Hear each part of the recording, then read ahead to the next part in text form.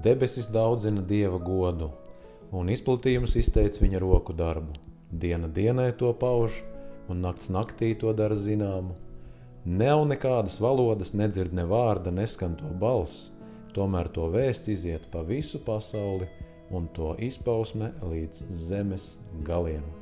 Tā rakstīja Dāvids 19. psalmā, un mums ir patiesi prieks satikties ar jums vasaras vidū. Esam saņēmuši 3 jaunus jautājumus, un tas nozīmē, ka varam tikties un lūkot, kā Dieva gars mums katram ir atklājis atbildes uz tiem. Un šodien mēs esam ierastajā sastāvā kopā ar jums. Rīgas 7. draudzes mācītājs Āvošs Topis. Sveicināti. Un draudzes vecākais Raivis Kaspars. Sveicināti. Un priecājamies par šiem jautājumiem un tiešām domājam, ja šī kalpošana jums ir svarīga un uzskatāt to par vērtīgu, tad iesūtiet jautājumus, jo mēs rakstam tad, kad ir jautājumi. Un šodien mēs gribam iesākt ar tādu, mēs pārskatījām visus iepriekš saņemtos jautājumus, secinājām, ka viens jautājums ir no vecākiem laikiem neatbildēts, un mēs mēģināsim to arī iekļaut šajā raidījumā, un to mums uzdod Iveta, un viņa raksta: pateicos Dievam, ka šis raidījums turpina savu iesākto darbību, vēlos lūgt izskaidrot Ecehēla 3.8 un 3.9 nodaļas kontekstu. Izlasot rodas jautājums, vai šis stāsts ir arī par pēdējo gala laiku. Un tur viņi saka, kad ir apraksts par Gogu, lai tas ietu cīnīties pret nenocietinātu zemi, pret tiem, kas dzīvo mierā, un tad šis Gogs krīt klajā laukā. Izstāstiet, ko Dievs mums atklāja šajās nodaļās. Un es gribu vaicāt, Āvo, vai tu varētu atbildēt, ko tu izpētīji, kas tad ir šīs nodaļas? Par pēdējo laiku vai par kādu vēstures posmu, vai tas ir noticis kaut kad vēsturē? Jā, tas apraksts, ko mēs redzam Ecehēla grāmatā, viņš ir atbilstošs tam laikam, kurā dzīvo Ecehēls, kā viņš redz situāciju, kā notiek kara darbība, tā viņš arī apraksta šo situāciju. Bet, un tas apraksts šajās nodaļās ir par to, kad viņš apraksta šo Gogu ķēniņu ar viņa tautu, kura iet pret Izrēlu un karo, bet tad iesaistās Dievs ar savu vareno spēku un atbrīvo savu tautu no šī ielenkuma, no šīs vajāšanas. Tā kā, bet tur ir arī tādas lietas paskaidrotas, kad Izraels dzīvo miera laikos, un tad viņam notiek šis uzbrukums. Un mūsu klausītāja jau faktiski ir pati atbildējusi uz savu jautājumu kaut kādā ziņā. Mēs varam viņai tikai sniegt tādu kā apstiprinājumu viņas domām, ka tiešām šīs rakstvietas, šīs nodaļas, viņas runā par gala laiku arī tā skaitā, jo vēl viena rakstvieta, kur mēs sastopamies tikai ar šo terminu Gogu un Magogu, ir atklāta mums atklāsmes grāmatas 20. nodaļā, 7. līdz 9. pants, es arī viņas izlasīšu. Un tur ir teikts tā: un kad 1000 gadu būs pagājis, Sātans tiks atsvabināts no sava cietuma, un tas ies pievilkt tautas, kas dzīvo 4 zemes galos, Gogu un Magogu, un to sapulcināt karam. Viņu skaits ir kā jūras smiltis. Tie uzkāpa zemes augstienē, ielenca svēto nometni un mīļoto pilsētu. Tad uguns krita no debesīm un aprīja tos. Mēs redzam, šie panti mums ataino šo Armagedonas cīņu. Pēdējā cīņa, vispār Sātana pēdējā cīņa, ko viņš virza pret Kristu, pret Jeruzalemi, pret jauno Jeruzalemi mēs jau redzam, jo tas ir pēc 1000 gadus, tātad pēc 1000 gadi pēc Kristus otrās atnākšanas, kad viņš savējos ņem pie sevis debesu valstībā, viņi pavada tur 1000 gadus, un tad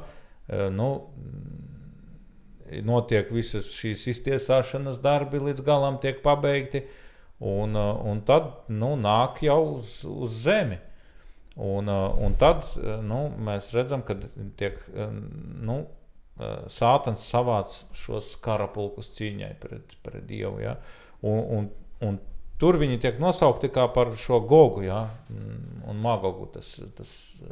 Jā, atkal parādās šis te jēdziens pats, ko Iecehēls redz un lieto. Jā. Un mums jāsaprot, ka abi no viņiem bija Dieva kalpi, tie, kas nesa Dieva vēstījumu kādu īpašu.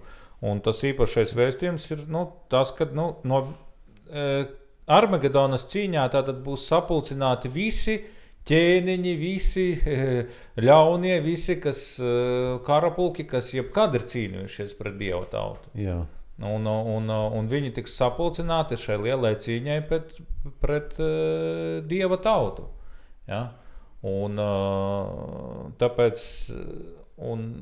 mēs varam teikt, ka tā faktiski ir tā norāde, ko Ecehēls saka uz šo pēdējo cīņu, uz Armagedonas cīņu.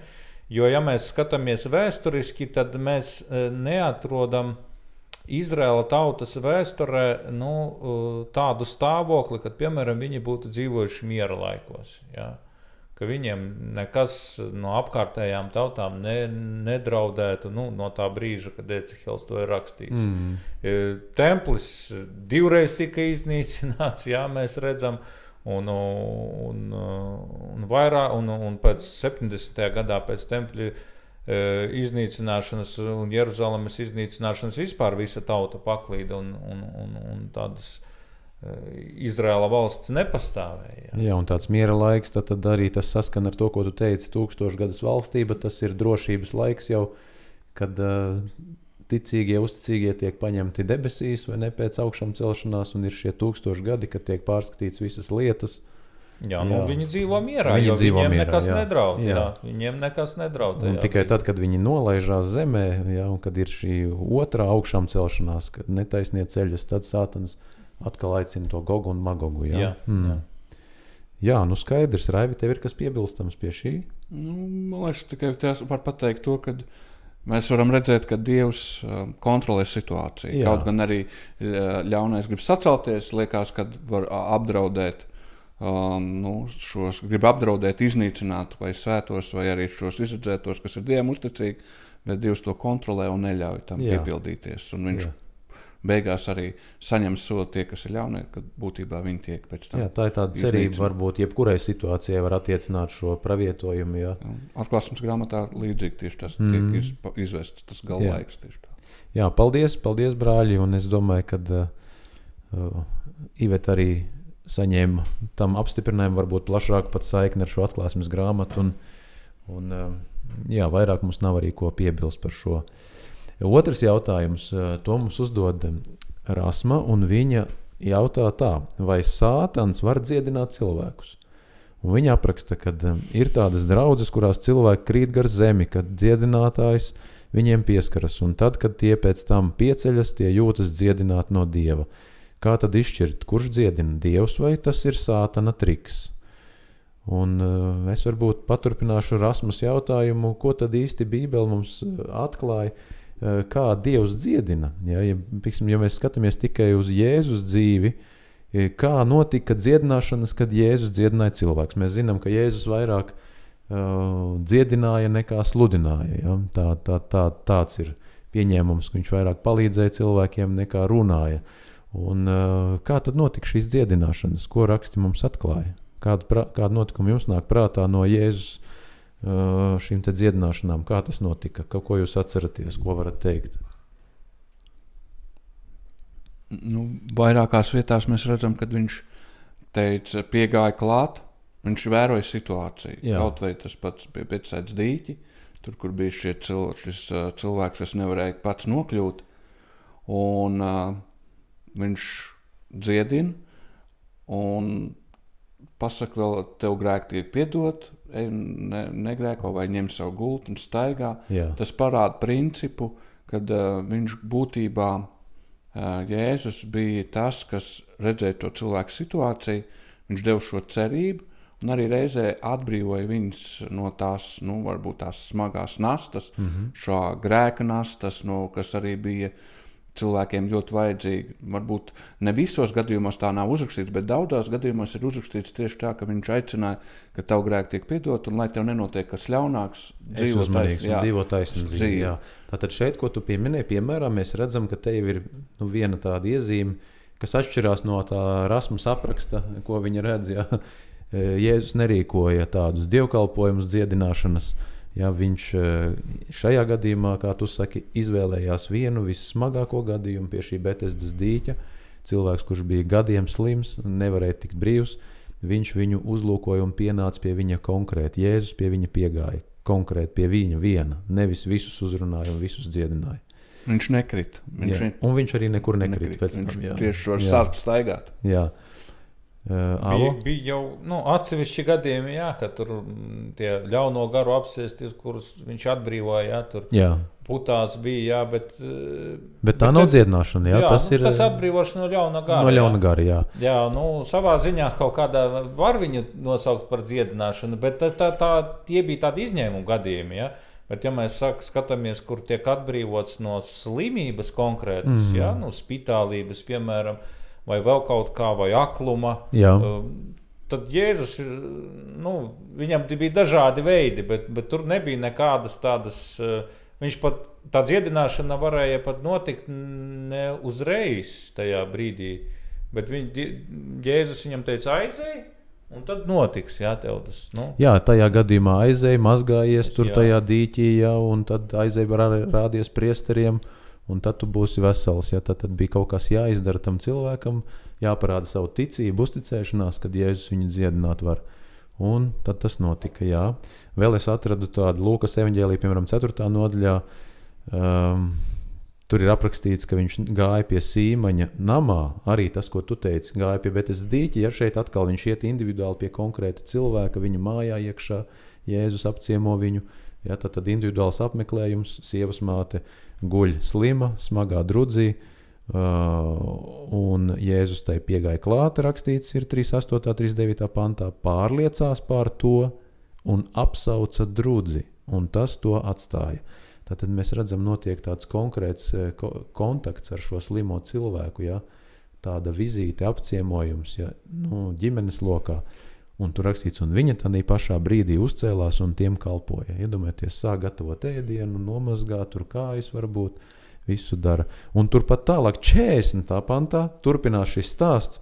Saulē norietot, visi, kam bija kādi neveseli, ar visdažādākām kaitēm, bija tos atveduši pie viņa, bet viņš ikvienam no tiem uzlika rokas un tos dziedināja.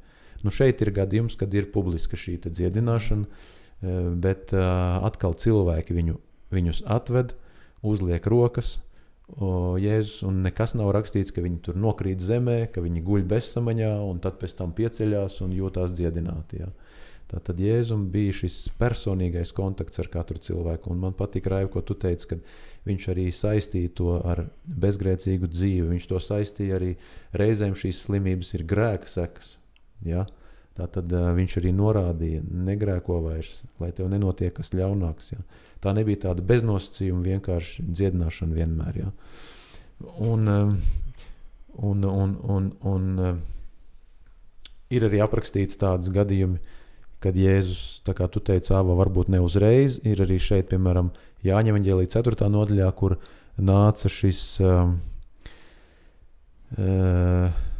ķēniņa galma vīrs, kura dēls gulēja slims Kapernaumā, un viņš viņam lūdz par savu dēlu, un Jēzus saka, tas, kas tic, ja jūs zīmes un brīnums neredzat, jūs neticat, un galma vīrs saka, kungs, nāc, pirms mans dēls mirst, un Jēzus saka, ej, tavs dēls ir dzīvs. Un tad viņš ticēja vārdiem, ko Jēzus viņam teica, un aizgāja. Vienkārši. Uzticējās un aizgāja. Un ceļā viņš satiek kalpus, tie skrien pretī, klausies brīnumus, tavs dēls dzīvs, izveseļojās. Un viņš konkrēti prasa, kurā laikā tas bija. Tie viņam pasaka, ap 3. stundu, man liekas, vai kā tur bija, vai 5. Un viņš saprata, ka tā bija tās brīdis, kad Jēzus teica, tavs dēls ir dziedināts, ej mājās. Tā kā, te mēs redzam, kā Jēzus dziedināja. Un vai rakstos ir minēts, ka arī Sātans dziedina? Tas ir tāds jautājums, kas bija Rasmei. Vai Sātans vispār var dziedināt? Tāds ir jautājums. Sātans var, es domāju, viņš var uzlikt slimību, ciešanas, bet viņam nav spēks, lai dziedinātu. Ja viņš ir uzlicis, tad viņš var arī paņemt. Jā. Un tāda vienīgais var notikt. Bet šeit mums jāsaprot, ka ja Sātans uzliek, mēs Ijāba piemēru zinām, kad Sātans uzlika viņam tos augoņus. Jā. Bet ja Sātans uzliek un Sātans, viņš, piemēram, ja tās notiek šīs dziedināšanas, ar to ļauno garu starpniecību, nelabo spēku starpniecību, tad tā nav dziedināšana pirmkārt, jo viņš var paveikt tā, ka cilvēkam kļūst labāk, piemēram, viņš jūtās slikti, viņš aiziet un, piemēram, pie dziednieka, un viņam paliek labāk, bet šeit jāsaprot, ka Sātans var uz kādu brīdi atlaist to ķērienu, vai arī viņš vienus ļaunos garus aizvieto ar citiem, vēl sliktākiem, bet tur nav dziedināšanas nekādas. Tas, ka kļūst uz kādu brīdi vieglāk, tas nenozīmē, ka cilvēks ir dziedināts. Jā. Šeit vēl varbūt viņi konkrēti jautāja, tas ir notiek līdz draudzē. Jā. Tas arī kādu piesauc Dievu. Piesauc Dievu, jā. Un vēl viena principa noteikti, kas mums vajag ņemt vērā, Bībelē ir pieminēts, kur ir aicināts apustuļiem, kāds viņiem bija princips.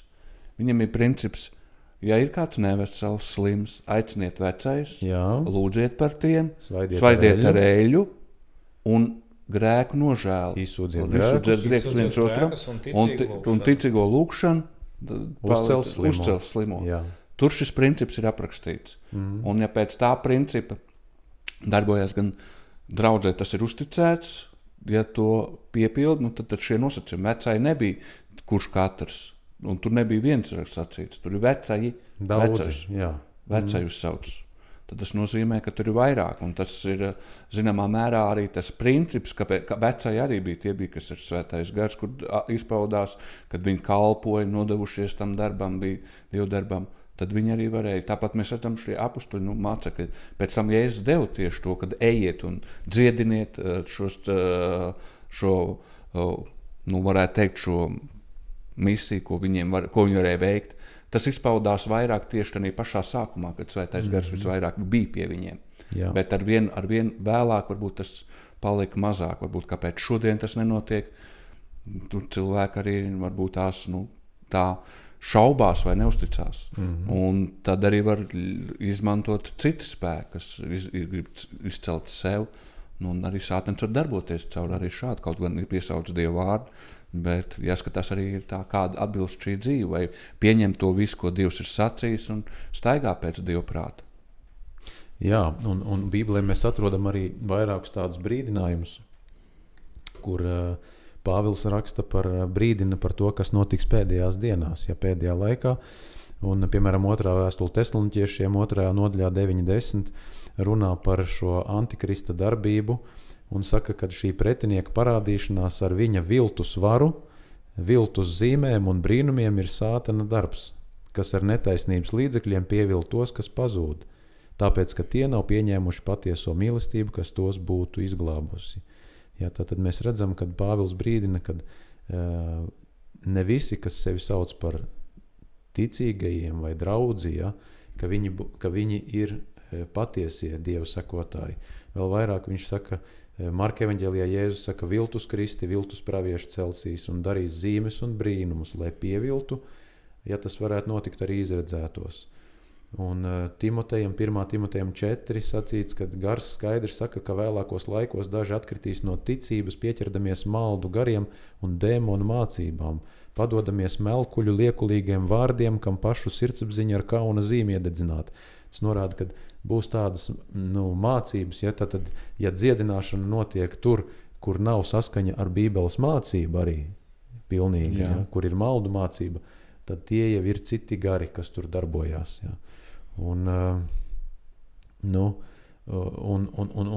par to sirdsapziņu, kas ar kauna zīmi iededzināt, 2. Korintiešiem 2:17 arī Pāvils saka, viņš saka par sevi, mēs neesam kā tie, kas lieto Dieva vārdu veikalam. Mēs runājam no skaidras sirds, kā Dieva uzdevumā un Dieva priekšā Kristus spēkā. Tātad Pāvils saka, mēs lietojam šo metodi, kas ir apstuļu darbos uzrakstīta par dziedināšanu, bet ir tādi, kas lieto Dieva vārdu veikalam. Šodien daudzas draudzes un baznīcas ir tādas, kuras izveidotas tīrā biznesa nolūkā, kur ir viens vadītājs, kuram visa nauda viņa rokās nonāk, un viņš šo grupu vada, viņš viņu uzpumpē ar dažādiem saukļiem, citam sanāk maigāk, citam asāk, atrod savu publiku, un, kā viņi paši saka, mēs cērpam savas aitiņas, jūs cērpiet savējās. Tā kā, un šeit šis te biznesa piegājiens šajās draudzēs, tur arī parādās šīs viltus dziedināšanas. Jo to Dievs lai izšķir, kurš ir kurā pusē, vienkārši mēs parādam to, izgaismojam, kāda ir Dieva dziedināšanas līdzekļi un no kā arī Bībele brīdina mūs par šīm viltus dziedināšanām, kur darbojās cits gars.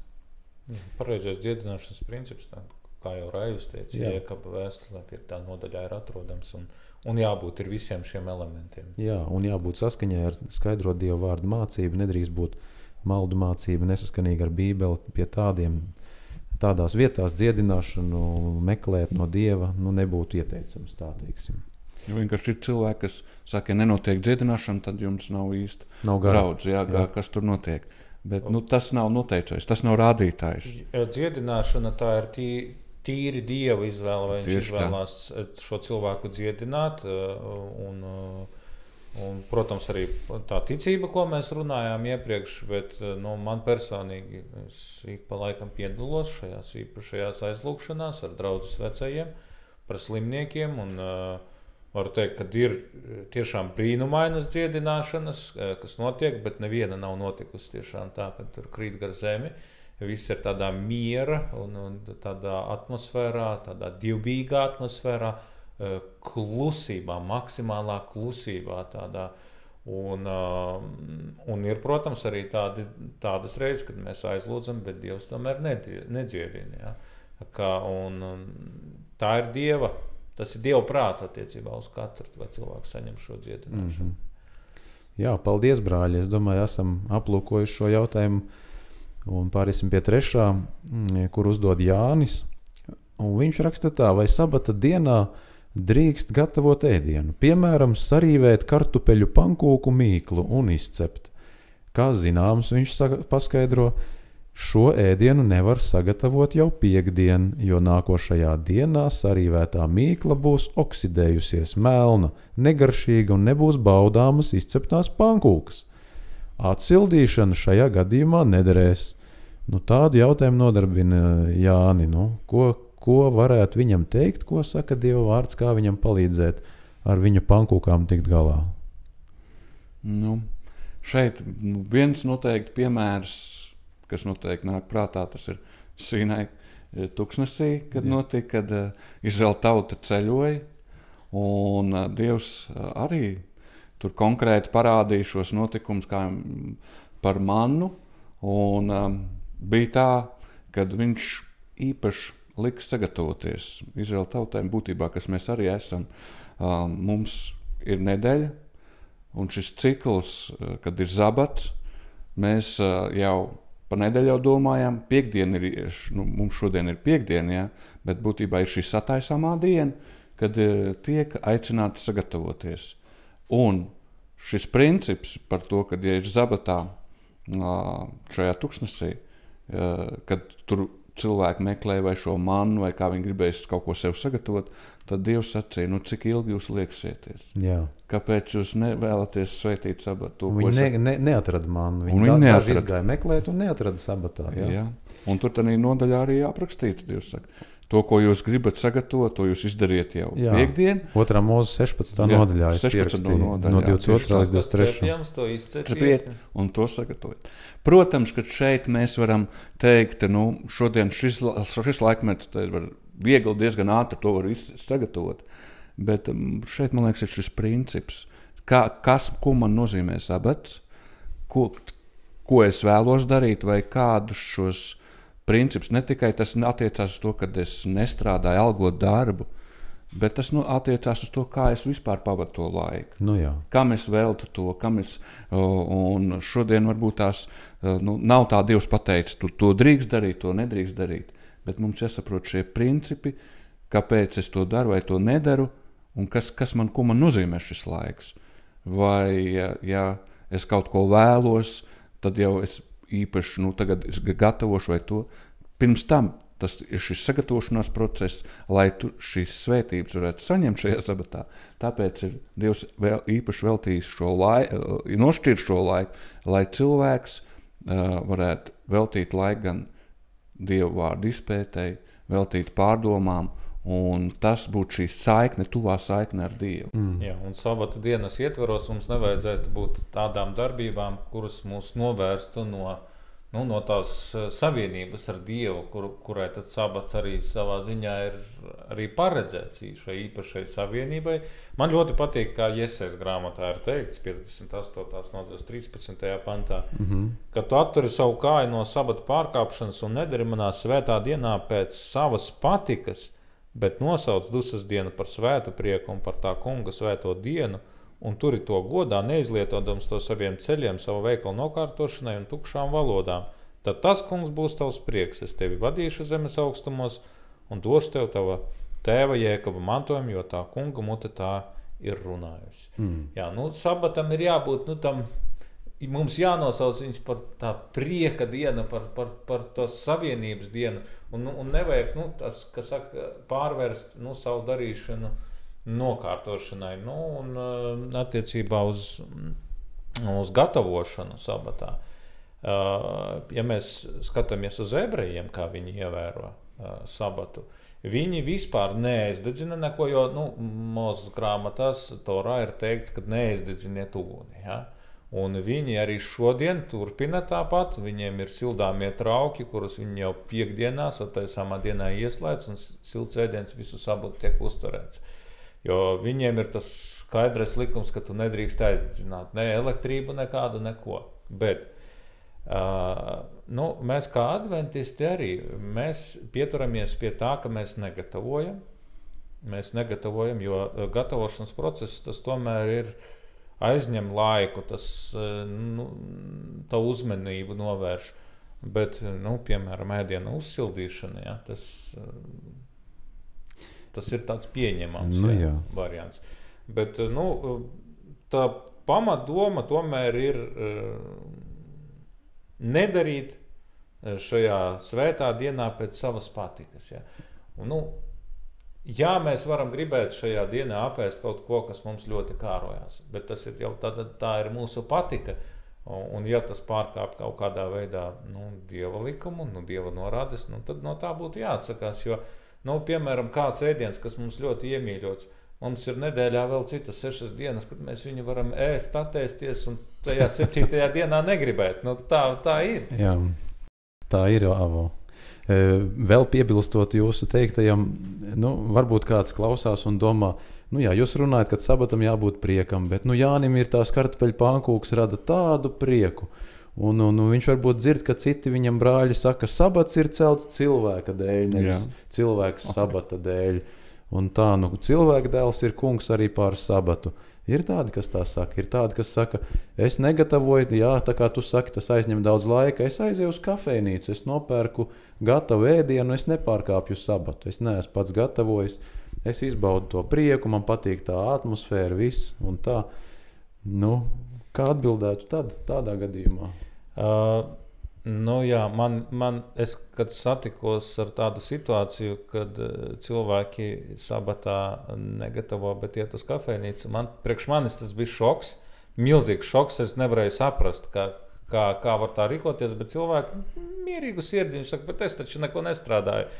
Bet praviešu Nehemijas grāmatā mēs atrodam kaut ko interesantu, ka tur ir tāds apraksts, kad viņš redzēja, kad nāca tirgotāji uz Jeruzalemi un sabatā un Izraels pirka no viņiem kaut ko, tad viņa reakcija bija tāda, ka viņš teica, ka beidziet apkaitināt Dievu. Un pēc tam viņš rīkojas tā, ka viņš aizslēdza durvis, vārtus uz pilsētas vārtus un teica, nedariet to, nedariet. Ja? Un es domāju, ka tas princips nav arī mainījies šobrīd. Ja? Nevajag apkaitināt Dievu, apkaunot viņu, sabatā ejot kafejnīcās vai restorānos ēst, jo tas ir pirkšanas un pārdošanas moments, ja, par kuru Dievvārdā mums ir skaidra liecība, ka tā nevajadzētu darīt tomēr. Es atbildot uz to, kad tiek pieminēts šis pants, bieži vien izrauc no konteksta, kad sabats ir cilvēka dēļ un ne cilvēka sabata dēļ, un kad cilvēka dēls ir kungs pār sabatu. Jāpastāsta tas konteksts, un iepriekšējie panti rāda, kad šis apgalvojums rodas tajā brīdī, kad mācekļi iet ar Jēzu caur labības lauku, un viņiem ir izsalkums, un viņi noplūc vārpas, lai remdētu šo izsalkumu. Nevis viņi iegriežās kaut kādā namā, kur ir pilni pārpildīti galdi, kur ir 15 ēdieni, un vēl saldi ēdieni 3, un tā pieēdās, ka pēc tam jāguļ 2 stundas. Arī tas nav īstais sabata mērķis. Ja? Es saprotu, ka sabatā ir jābūt svētku ēdienam, bet viņam jābūt ir vienkāršam, nepārsātinātam tā, ka tas tev nogurdina. Un arī šie mācekļi, kad iemet tās vārpas, tas ir viegls, bija vienkārši remdināt šo izsalkumu. Un tā bija tāda ārkārtas situācija, ja?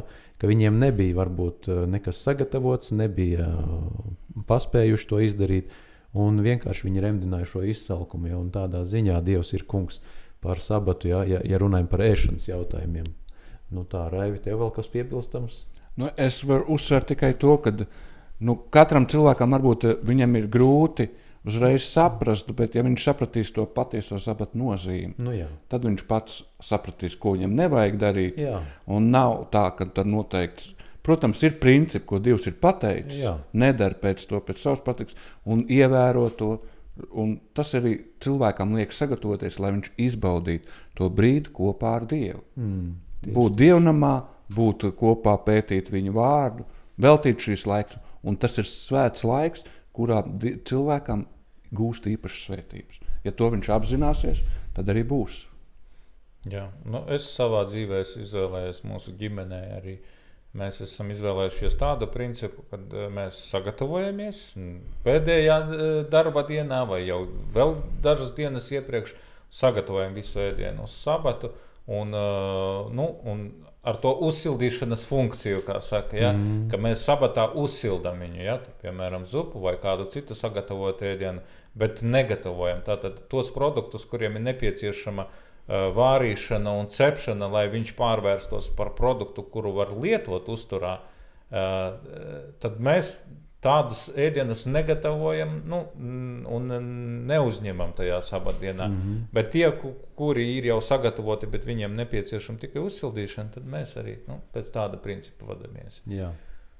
Labi, paldies par jūsu pieredzi, par jūsu idejām, domām, un mēs ceram, ka arī Jānim tas palīdzēs nonākt pie atbildes uz saviem jautājumiem. Un pēdējais jautājums šodien mums ir no Grietas. Viņa raksta, ir skaidrs, ka piepildīta ir ceremoniālā bauslība par upuriem, kuri norādīja uz Kristu. Tā tad visa upuru kaušanas sistēma un tas, kas notika svētnīcā.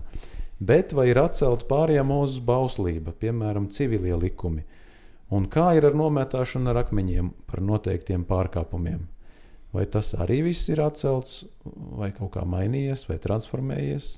Kā mēs atbildēsim? Ja? Jo Jēzus pats teica Mateja evaņģēlija 5. nodaļā, nedomājiet, ka es esmu nācis atmest bauslību vai praviešus. Es neesmu nācis tos atmest, bet piepildīt. Ja? Daudzi šo pāntu citē atkal un uzsver, kad Kristu piepildījumu gūst visa bauslība. Gan 10 baušļi, gan ceremoniālie baušļi, gan arī šie civilie likumi, visi viņš viņus izdzīvoja, piepildīja, viss. Un mums tagad neskar. Nevajag, brīvība. Bet tieši Grietai interesē par šiem civilajiem likumiem, kur viņi pazuda, vai nepazuda, un, teiksim, nomētāšana ar akmeņiem, parunāsim varbūt tad sākumā par tiem civiliem likumiem, un pēc tam par to nomētāšanu ar akmeņiem kā tādu. Civilie likumi, es domāju, jebkurā tautā tas veidojās, ja kāda vara, kas atbild, viņi nosaka to, sāk veidoties. Jā. Tāpat kā mums Latvijā ir satversme. Nu jā. Un arī šai Izraēla tautai, kāpēc vajadzēja? Viņa jau bija izgājusi, viņa veidojās tauta. Viņa vien aug, vien vairāk. Un tāpēc Dievs bija noteicis konkrēti, kā rīkoties šo civilie likumu. Kāds princips ievērot? Jā, tas, ko tu piebildi, ļoti svarīgi, man liekas, jo Izraēls kā tāds bija atšķirās no pārējām tautām, ka viņi bija teokrātiska pārvaldes sistēma. Viņu vadītājs bija Dievs viņu ķēniņš bija Dievs. Viņš vadīja tautu cauri saviem praviešiem, kalpiem, un viņš šiem praviešiem arī deva šos civilos likumus. Jā. Pēc tam, kad Izraēla tauta atkāpās no šī principa, viņiem sāk palikt kauns, ka viņi nav tādi kā citas tautas, kad viņi gribēja sev ķēniņu. Tad ķēniņš pārņēma šo likumdošanas vāru, un, protams, ķēniņam bija pirmais ķēniņš Sauls, viņam Samuēls norādīja konkrēti, pēc kādiem principiem tev jāvalda, norādīja visus šos civilos likumus, ka tie ir spēkā. Un pēc tam jau, kad Izraels jau zaudēja savu vispār šo ķēnišķīgo pārvaldes sistēmu un kļuva par vergiem, ja, un mēs zinām, ka vispār izputnāts tika Izraels, tad šie civilie likumi, viņi, tā kā tu saki, iekļāvās tajā valsts sistēmā, kurā viņi dzīvoja, jā, kurai viņi bija pakļauti. Piemēram, Jēzus laikā viņi bija pakļauti kam? Romas impērijai, jā. Un viņiem bija tie likumi. Viņiem bija tie likumi, jā, saistoši, jā, tie civilie likumi. Tie civilie likumi bija, lai nodrošinātu kārtību, zināmā mērā, vai ne? Un, es savā laikā, kad studēju jurisprudences, arī man bija tāds kārdinājums izpētīt šos te civilos likumus Mūzes grāmatā un uzrakstīt kaut kādu darbu par to, kā visu valstu, un būtībā šodien daudzu valstu tiesības balstās romiešu tiesībās. Romiešu tiesības tās ir pamats visai tiesību sistēmai, arī šodien Latvijas likumi balstās uz šo romiešu tiesību principiem.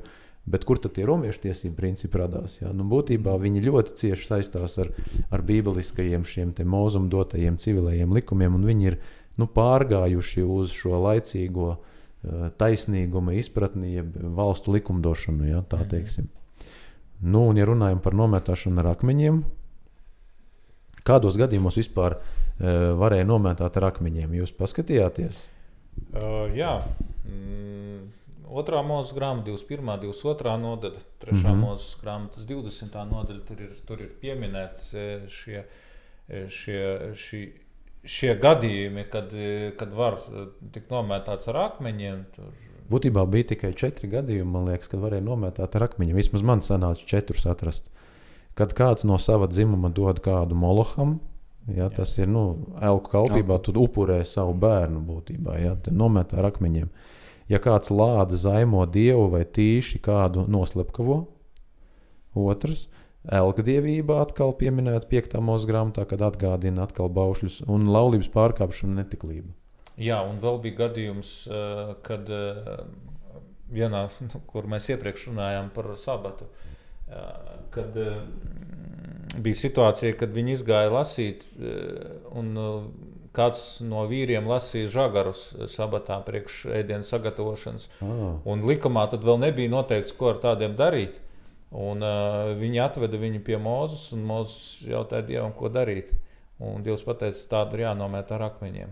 Par sabata pārkāpšanu arī. Un ir citas rakstītas, es tagad nenosaukšu precīzi, bet ir rakstiet, kur ir teikts, ka par sabata pārkāpšanu arī... Atklātu, publisku, jā, par sabata atklātu pārkāpšanu varēja tikt nomētāts ar akmeņiem.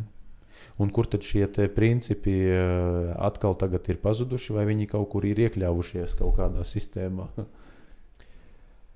Daži ir, daži varbūt tās iekļaujās ar to, ka tas bija, kāpēc princips bija tāds, lai nevairotos tā lieta, kas pārkāpts. Jā.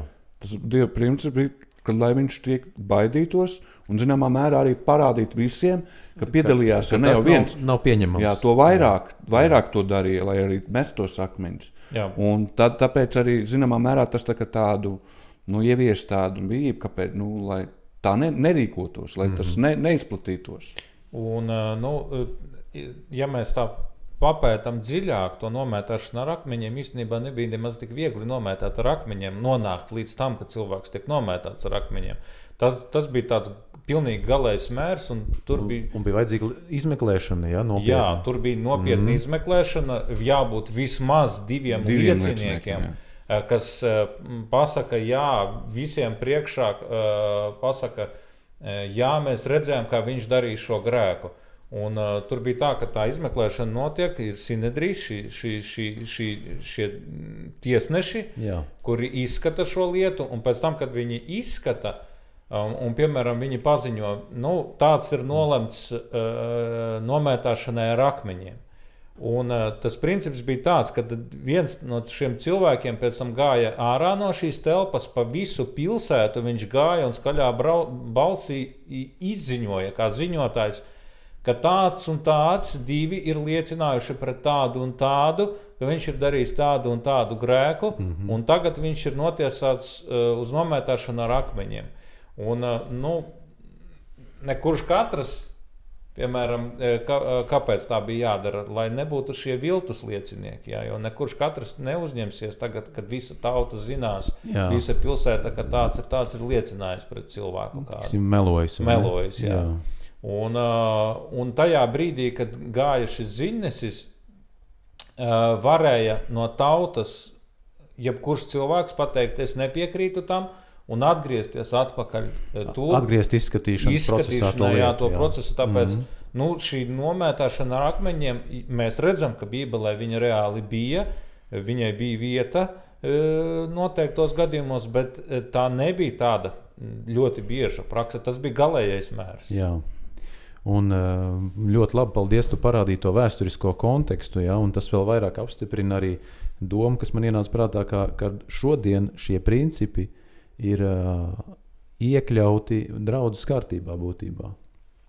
Jo mēs uzskaitījām daži noteikumi, kad varēja nomētāt ar akmeņiem, un bija vajadzīga šī izmeklēšana, izskatīšana. Un šodien, piemēram, adventistu draudzes kārtība nosaka, kādos gadījumos cilvēku var izslēgt no draudzes. Un faktiski tie gadījumi nav daudz, un ir gandrīz vai tie paši, kas nomētāšana ar akmeņiem. Ja? Tas ir sabata pārkāpšana atklāta, tas ir laulības pārkāpšana un šī te, elku dievība, dievu zaimošana. Ja? Un arī tas ir galējais mērs, draudzes kārtībā noteikts. Vispirms ir disciplinārs aizrādījums, ja? Tad ir šī izmeklēšana svarīga, runāšana ar cilvēku, ja? Aicināšana uz atgriešanos, un ja tas viss nestrādā, tad ir šis izslēgšana no draudzes, un tas ir ļoti svarīgi, Raivi, ko tu teici, ja šodien varbūt mēs arī draudzē esam to piemērojuši, spiesti bijuši piemērot pret dažām personām, un viņas tad it kā pēc tam izsaka tādu aizvainojumu, ka viņas ir aizskartas, ka viņu tā izmet no draudzes, ja? Bet mēs jau nevienu neizmetam no draudzes ar šo rīcību, mēs vienkārši kā draudze parādam to, kad šāda dzīve nav savienojama ar vārdu, ka tu esi ticīgs cilvēks. Jā, un vēl piemērs par nomētāšanu ar akmeņiem, ja mēs skatāmies, kāpēc viņš ir, tagad var teikt, pilnīgi izzudis. Ja? Ir kultūras, kurās tas vēl ir saglabājies, un arī mūsdienās tas notiek. Bet mēs redzam, Izrēlā nav, mūsu sabiedrībā, kultūrā tas arī nav pieņemts. Kad Jēzum pieved klāt šo laulības pārkāpēju, viņi skaita šie rakstu mācītāji, kuri turējās pie šiem likumiem, pie baušļiem visiem, Mūzes bauslība viņiem bija, pats galvenais viņu dzīvē, un viņi saka, Mūzes bauslībā mums ir teicis, ka tāda ir jānomētā ar akmeņiem. Un ko tu saki? Jā, un ko tu saki? Un Jēzus sāk rakstīt smiltīs, un tad viņš saka šos vārdus, kurš ir bez grēka, lai met pirmais. Ja, un pēkšņi visi pazūd, un paliek viena, un Jēzus saka, kur ir tevi apsūdzētāji? Ja? Nav neviena. Un viņš saka, es tevi arī neapsūdzu, šajā gadījumā es tevi nenotiesāju, bet ej un negrēko vairs. Viņš pasaka, ka viņai ir bijis šis grēks, bet viņš arī viņai dot norādi, neej grēko tālāk. Bet, ko mēs redzam Jēzus piepildījumā, ka viņš ir atnācis piepildīt bauslību, un šajā gadījumā viņš nevēlās, lai šie galējie mēri tiek pielietoti. Ja. Nu, šeit es gribu gan piebilst tam, ko tu saki, ja, kad bieži arī uz šo spekulē, ja, un šo gadījumu piesauc un saka, tu esi bez grēka, kā tu tagad vari man izslēgt no draudzes, ja tu pats esi grēcinieks, tev nav grēku, un nonāk līdz tādai galējībai, bet šeit Jēzus redzēja to, ka to cilvēku grēks bija pirmkārt, kāpēc viņi atnesa, ne jau viņus interesēja taisnīgums, viņus interesēja Jēzu pieķert. Pieķert Jēzu, tieši tā, jā. Ja viņš viņu notiesās, tad viņu varēs nodot romiešu varai, ka viņš pats linču tiesu pasludina, un ja viņš pateiks, ka nē, nav jānomētā, tad viņš par Mūzes bauslības nevērošanu Sinedrijā varēs tikt apsūdzēts. Otrkārt, Jēzus redzēja, ka nav ievērota šī te procesuālā puse. Protams. Pirmkārt, vajadzēja atvest ne tikai sievieti, bet arī to, ar kuru viņa gulēja kopā. Abus divus bija jānomētā ar akmeņiem. Viņi to neizdarīja. Un pieļaujams, ka viens no tiem, kas bija, tas arī varētu būt arī starp tiem, kas teica jānomētā. Jā. Jo praviešu garā ir rakstīts, ka viņi bija paši ieveduši viņu šajā situācijā izaicinājuši. Jā, tāpat arī liecinieku nebija. Jā, un līdz ar to šis bija tas galvenie principi, kāpēc Jēzus viņus rakstīja smiltīs, kas nav pareizi šajā te notikumā, un tāpēc viņi aizgāja. Ne jau, ka vispār viņi ir grēcinieki arī, tāpēc nenomētāšu šo sievieti, nedrīkst nomētāt. Jā. Protams, Jēzus Dievs ir mīlestība, un galējie mēri ir paši pēdējie, bet nedrīkst arī pārprast šo te kontekstu rakstvietai, jā, kas atklāja to. Vēl viens princips noteikti, visi grēki nav vienādi, arī tu saki, kad cilvēks saka, tu bez grēka, protams, ka mēs katrs ir, bet mums ir gradācija, ja mēs konkrēti pārkāpam tādu kaut vai laulību vai pārkāp to, tad tas elkalpība, tad tas ir konkrēti redzams grēks, kurš pelnījis kaut kādu nosodījumu. Cilvēks apzināti tātad dzīvo pretēji Dieva norādījumiem, jā. Un ir tādi grēki, kas ir kā paklupiens, kur cilvēks var paklupt un celties atkal augšā un nožēlot un atkal censties pēc svētuma savā dzīvē. Jā, tad, ko mēs secinām? Secinājumā varbūt Romiešu vēstules 13. nodaļa 3 un 4, kur runā Pāvils par šo valsts varas funkciju. Ja? Tu negribi bīties valsts varas? Labi, viņš saka, dari to, kas labs, tad tu saņemsi viņas uzslavu, jo tā ir Dieva kalpone tevis labā. Bet ja tu dari ļaunu, tad bīsties, nevelti tā nes zobenu, jo tā ir Dieva kalpone, atriebēja un soda nesēja tam, kas dara ļaunu. Jā, tātad šie civilie likumi ir pārgājuši uz valstu valdībām, viņiem Dievs ir iedevis šo soda tiesāšanas funkciju, policija, tiesu instances, ja? Un ja mēs runājam par nomētāšanu akmeņiem, tad šie principi ir iekļauti draudzes kārtībā par piederību draudzē, ja? Par izslēgšanu no draudzes, ja? Tie galējie mēri tiek piemēroti atsevišķiem galējiem tādiem pārkāpumiem, kad arī Mūzes bauslībā ir šī nomētāšana akmeņiem paredzēta, jā. Paldies, esam izskatījuši šī vakara jautājumus. Vēlreiz pasakamies jums par šo jautājumu iesūtīšanu. Ja vēlaties, lai vēlreiz mūsu raidījums izskan, tad sūtiet jaunus jautājumus. Un lai mūs visus pavada teksts no Ebreju vēstules 5. nodaļas, 7. 8. pants. Savās miesas dienās Jēzus ar stipru balsi un asarām ir raidījis daudz karstu lūgšanu pie tā, kas viņu varēja izglābt no nāves. Un viņš ir ticis atpestīts no bailēm, un Dievs būdams ir mācījies paklausību no savām ciešanām. Un pilnību sasniedzis viņš ir palicis visiem, kas viņam paklaus par mūžīgās pestīšanas gādnieku. Pieķersimies šim mūsu pestītājam, mūžīgās pestīšanas gādniekam, iesim šo paklausības ceļu, ja mums ir kādas ciešanas, tad raidīsim karstas lūkšanas ar asarām, kā te bija rakstīts, kā Jēzus to darīja pie Dieva troņa, un Dievs mūs atpestīs no visām bailēm, kas var mūs priekšā stāties. Un nobeigumā tad es gribu aicināt Āvo pielūgt par mūsu klausītājiem, par šiem jautājumiem un par draudzes šo te izaugsmi. Mūsu godības pilnais Dievs, mēs no viss sirds esam pateicīgi, ka Tu mūs uzturi, ka Tu mūs pamāci. Pateicamies, ka svētā gara spēkām vadībā mēs varējām sagatavoties un varējām arī svētā gara vadībā sniegt šīs atbildes. Lūdzam, lai tās ir par svētību klausītājiem, lai tās viņus ved tuvāk Tev pie brīnišķīgām attiecībām ar Tevi, kā ar mūsu radītāju un glābēju. Lūdzam par tiem, kas uzdeva šos jautājumus, lūdzu svētī viņus Tavu vārda izpratnē, Tavu skaidrojumu pieņemšanā, palīdz arī viņiem viņa personīgā Dieva vārda izpētē atrast Tavu gribu, Tavu prātu un arī to piepildīt savā ikdienas dzīvē, dzīvojot šeit virs zemes, gaidot Tavu otro atnākšanu un piepildot Tavu prātu. Mēs lūdzam arī par citiem mūsu skatītājiem, arī katram sūti svētā gara svaidījumu, iepriecinājumu un atziņas, lai tās plūst pār mūsu sirdīm un palīdz mums atzīt, ka Tu esi kungs un Tu esi patiesais Dievs, likuma devējs un arī vienīgais glābējs. Tādēļ, kungs, mēs Tev par visu esam pateicīgi un pienesam Tev godu, slavu un pateicību mūsu lūgšana, dārgā pestītāja Jēzus Kristus vārdā. Āmen. Āmen.